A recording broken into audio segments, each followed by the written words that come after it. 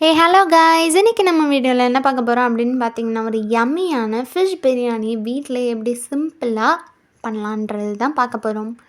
வாங்க வீடியோக்குள்ளே போகலாம். அதுக்கு ஃபஸ்ட்டு நான் என்ன பண்ணுறேன்னு பார்த்தீங்கன்னா, ஒரு கிண்ணத்தில் மஞ்சத்தூள், அப்புறம் சால்ட், அப்புறம் வாட்டர் சேர்த்துக்கிட்டு அதில் 4 க்ரீன் சில்லியை ஸ்லைஸ் பண்ணி போட்டுக்கிறேன். அப்புறம் ஒரு லெமனை ஃபுல்லாக புழிஞ்சு விட்டு நல்லா மிக்ஸ் பண்ணிக்கிறேன். இதில் நான் எடுத்து வச்சுருக்க மீன் வந்து பார்த்திங்கன்னா கொடுவா மீன். அந்த கொடுவா மீன் எல்லாத்தையும் நான் அதில் போட்டுடுறேன். நல்லா கொடுவா மீனை வாஷ் பண்ணதுக்கப்புறமா நம்ம அதில் போட்டு ஒரு நல்லா ஊற வச்சிடணும். ஓகேங்களா? இப்போது ஒரு குக்கரை எடுத்துக்கிட்டு குக்கரில் ஃபர்ஸ்ட் வந்து பார்த்திங்கன்னா ஆனியன், நான் வந்து 3 மீடியம் சைஸ் ஆனியனை கட் பண்ணி எடுத்திருக்கேன். 1/2 kg பிரியாணி தான் பண்ணுறேன். ஸோ 3 மீடியம் சைஸ் ஆனியன் எடுத்துக்கிறேன். அதுக்கப்புறம் நம்மளுக்கு தேவையான பட்டை, கிராம்பு, ஏலக்காய், அப்புறம் அந்த லீஃப் எல்லாத்தையும் நான் போட்டுக்கிறேன். போட்டுட்டு 100 ml ஆயில் ஊற்றுறேன்.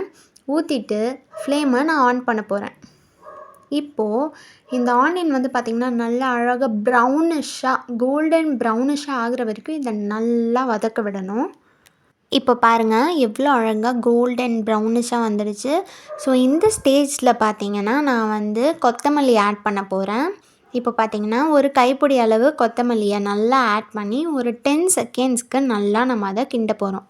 கிண்டினதுக்கப்புறமா நான் ஜிஞ்சர் கார்லிக் பேஸ்ட்டை ஆட் பண்ணுறேன். 50 கிராம்ஸ் ஆஃப் ஜிஞ்சரும் 25 கிராம் கார்லிக்கும் எடுத்து அதை நான் பேஸ்ட் பண்ணி அதில் மிக்ஸ் பண்ணியிருக்கேன்.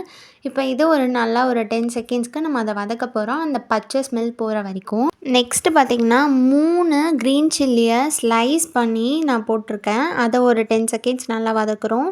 அதுக்கப்புறமா ஒரு கைப்பிடி அளவு புதினா லீஃபை எடுத்து நான் அதில் போட்டு இன்னும் ஒரு 10 செகண்ட்ஸ் நல்லா நம்ம அதில் வதக்க போகிறோம். இப்போ இதில் காரத்துக்கு நான் 1.5 ஸ்பூன் சில்லி பவுடர் போடுறேன். உங்களுக்கு எவ்வளோ காரம் தேவையோ அதுக்கேற்ற மாதிரி போட்டுக்கோங்க. நான் 1.5 ஸ்பூன் சில்லி பவுடர் போட்டிருக்கேன். இப்போ போட்டு கொஞ்சம் நல்லா மிக்ஸ் பண்ணி அதோட பச்சை ஸ்மெல் போகிற வரைக்கும் கொஞ்சம் நல்லா வதக்கணும். அதுக்கப்புறம் தேவையான அளவு சால்ட் எவ்வளோ உங்களுக்கு தேவையோ அதுக்கேற்ற மாதிரி போட்டுக்கோங்க. நான் 1 ஸ்பூன் சால்ட் போட்டு நல்லா அதை வதக்கிக்கிறேன். இப்போ வதக்கினதுக்கப்புறமா இதில் 100 ml தயிர் சேர்த்து நல்லா நம்ம மிக்ஸ் பண்ணி வதக்கிக்கணும். தயிர் ஊற்றி மிக்ஸ் பண்ணதுக்கப்புறமா நான் 2 மீடியம் சைஸ் தக்காளியை எடுத்து நல்லா அதை கட் பண்ணி ஸ்லைஸ் பண்ணி போட்டிருக்கேன்.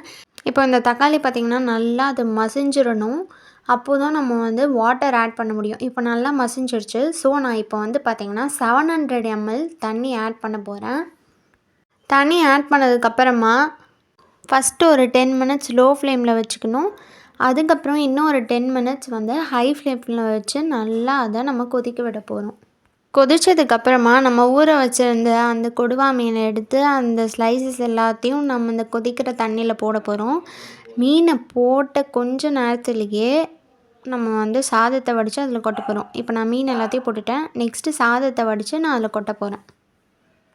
மீனை போட்ட உடனே நம்ம ஊற வச்ச அரிசியை அதில் வடித்து நம்ம போட்டுடணும். இல்லைனா வந்து மீன் ரொம்ப நேரமாக நம்ம அதில் விட்டோன்னா மீன் எல்லாம் உடஞ்சிரும். ஸோ பீசஸாக நம்மளுக்கு கிடைக்காது. இப்போ நான் சாதம் எல்லாத்தையும் போட்டுட்டேன். இப்போ நம்ம இதை தம் பண்ண போகிறோம். தம் பண்ணி ஒரு 10 to 15 மினிட்ஸ் லோ ஃப்ளேமில் வச்ச உடனே இப்போ நம்ம ஓப்பன் பண்ண போகிறோம். பிரியாணி ரெடி. நல்லா யம்மியாக ஜூஸியாக பிரியாணி ரெடி ஆகிடுச்சு. கரெக்ட் அண்ட் பர்ஃபெக்ட் கன்சிஸ்டன்சியில் இருக்குது. மீனும் உடையலை பாருங்கள். நீங்களும் இந்த மாதிரி ட்ரை பண்ணி பாருங்கள். எப்படி இருக்குன்னு கமெண்டில் சொல்லுங்கள். லைக் பண்ணுங்கள், ஷேர் பண்ணுங்கள், சப்ஸ்கிரைப் பண்ணுங்கள். பாய். நம்ம நெக்ஸ்ட் வீடியோவில் பார்க்கலாம்.